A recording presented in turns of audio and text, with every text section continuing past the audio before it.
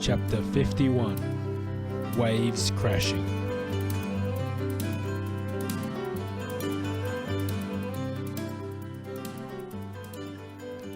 The photos of the rescue didn't just appear in our local paper. They were in the big national papers and on the evening news. It got to the point where I looked at them so much I started to imagine I'd been there with Mejame. I knew how she felt to be stranded and waiting for Luca to come save us. For weeks after the rescue, I dreamt of being back on Jed's roof, between the gutter and the window, wanting my mum, and in my dreams, I could hear waves crashing. On the day of the rescue, Penny had insisted on driving Luca to the hospital to be checked over, and she took Sam and me too. Pop and Annika met us there, and when Annika saw Luca sitting up in the hospital bed, her face just sort of melted.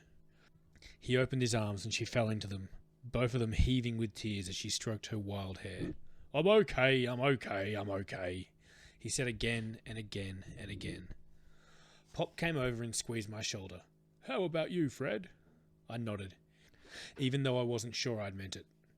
Annika pulled away from Luca to cup his cheeks in her hands, as she said, I don't know what I'd do if I lost you too. Not gonna happen, Luca said, and then they kissed, and me, Pop and Sam looked everywhere else but at them. We'll bring the car around, Pop said, and then he went to Luca and laid a hand on his shoulder. I was surprised when he bent over and laid a kiss on Luca's forehead too. Annika nudged my shoulder and said, You stay and keep him company while we get things sorted. And then it was just me and Luca in the room. But it also felt like it could have just been the two of us in the whole wide world. It felt so quiet and still. What are you feeling?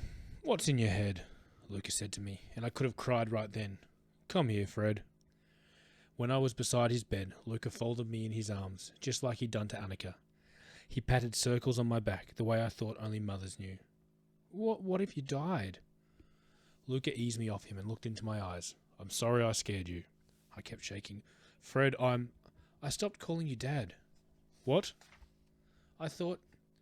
But then I couldn't say any more, and Luca had to rest me back on his shoulder while I shook with the words in my head. Tell me, Fredo. Just tell me, he said. I thought I loved you more than her, and then I whispered who I meant. Mum. He must have felt me shaking, because he squeezed me just a little bit harder. You've been here for longer, and I thought she'd know that I loved you more than her, even though you're not... I couldn't say it, because that last wasn't true. He was my father. I get so mad at her for dying, for not being here anymore, and I think she must hate me for that, and I thought you'd love him more than me too. Before he could ask, I added, Drumlin.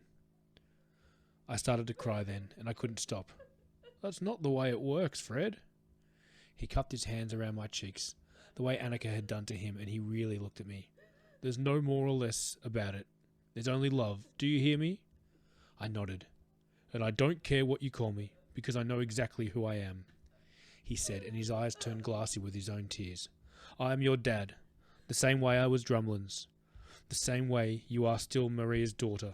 None of that ever changes, and I promise you this. Just like I'm still so proud to have been his dad, your mum still has the same pride and love for you, and so do I. He gently ran his thumb underneath my eyes to wipe away the tears.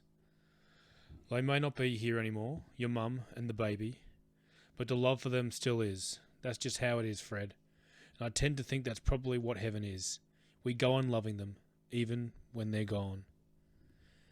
And then I lay my head down on Luca's chest, and I cried, because I knew it was true.